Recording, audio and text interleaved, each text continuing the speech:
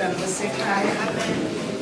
La sizongena endaweni ekuyona ilanga namhlanje esalibona ukuthi kufanele sibeke nohulumende wasibekela lona ukuthi kufanelekile leli langa celebrate.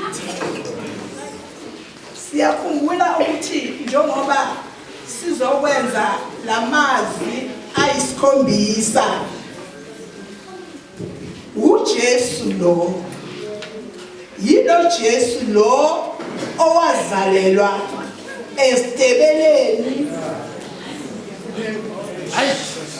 yilo Jesu lo owazalelwa esitebeleni sezimo, azotshela yonke igazi ley'mbongo nezimvu ukuthi ugazi lakho namhlanje kuphelile.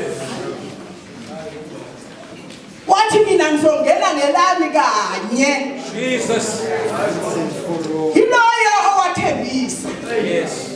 Kodwa namhlanje sizombona kufika lelo thuba lokudabuka isihenqo. Hayi. Wonke umuntu uyayingenela endaweni engcwele. Jesus. Awusathumeli namuntu. Ngoba qala bethi mabethunyelwa nawe uyangisaba nami nginezono zami bangibophe ngamachain mangasangeni ngasezwa bese bayangidonsa. La ngisacela nje ukufunda lelizwi bese ngizobiza laba abazokwenza lamazwi ayisikhombisa. Angijwayele umsebenzi kodwa ngokusiza uNkulunkulu ngizowenza.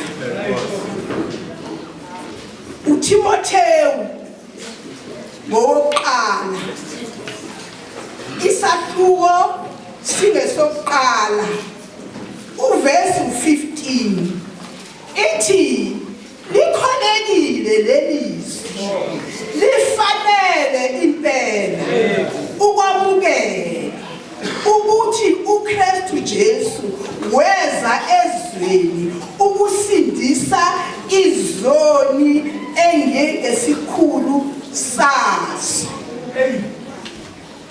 Inayo imishini owayezela uJesu emhlabeni wawuzosindisa izoni. Siyakhumbula ukuthi indaba yethu yalahleka ensimini. Indaba yethu nobaba wethu sahlukana ensimini. Manje uhleli phansi uyabuka ukuthi abantwana bami bayafa. Thumela indoda endala ukuthi ayezothatha inyama yehlele emhlabeni izolanda mina nawe isibuyisele ensimini. Kwafanele ukuthi alengiswe, kwafanele ukuthi ashaywe, kwafanele ukuthi ahlushwe ngoba imishini. Yes. Imishini wayezele ukuzolanda mina nawe. Wayenganasono kodwa wafika wathatha isono sakho wasigqoka, wathatha amaqala akho wawadabula.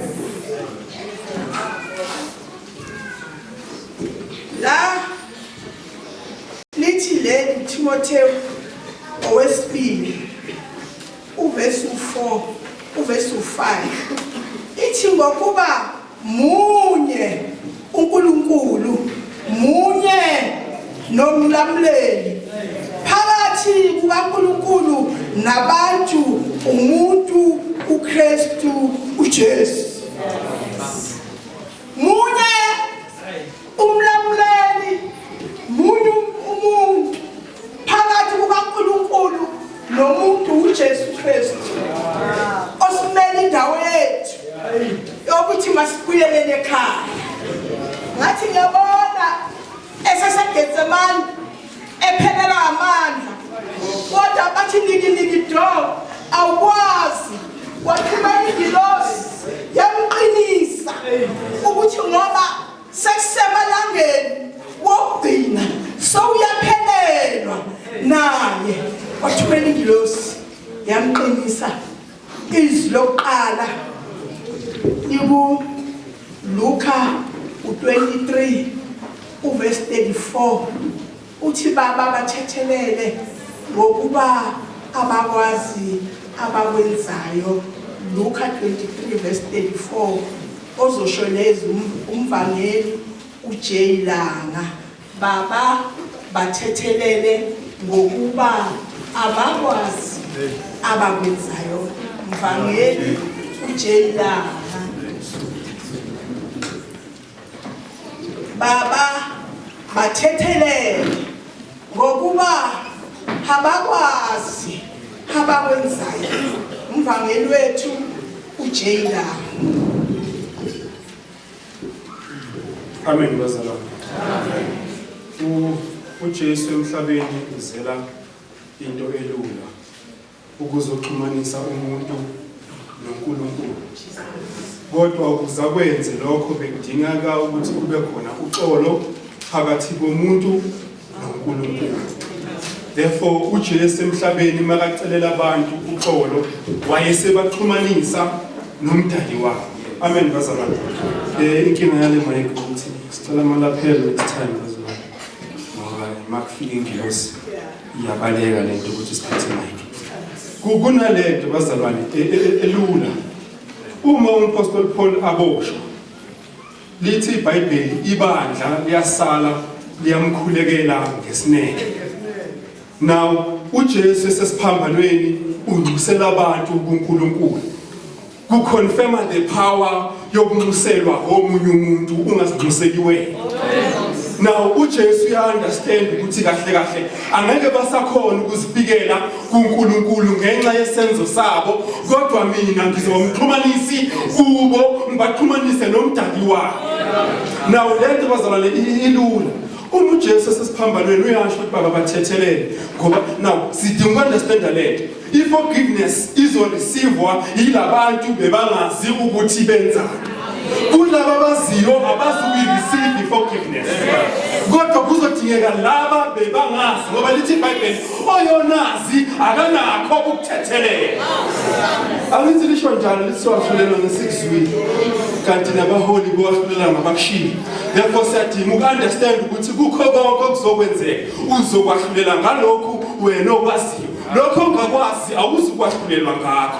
Ingakho uJesu ucelela specific hayi wonke umuntu kodwa specific to laba abangazi ukuthi benza. Yes. Bona abambulala bathi bamqeda amandla kanti bayakhohlwa ukuthi bamnika ubukhosi bakhe. Bona bathi bayadlulisa nje ukuthi kahle kahle lo uzibiza ngenkosi. Uthi nje uKristu kodwa bona bathi balolu ubukhosi basemhlabeni kanti understand ukuthi yena ukhuluma ngobunye ubukhosi. Ngizosho lokho bathandela ukuthi uJesu wayezoxhumanisa umuntu noNkulunkulu, kodwa kwakumele kube khona uxolo phakathi komuntu noNkulunkulu. Ngiyabonga.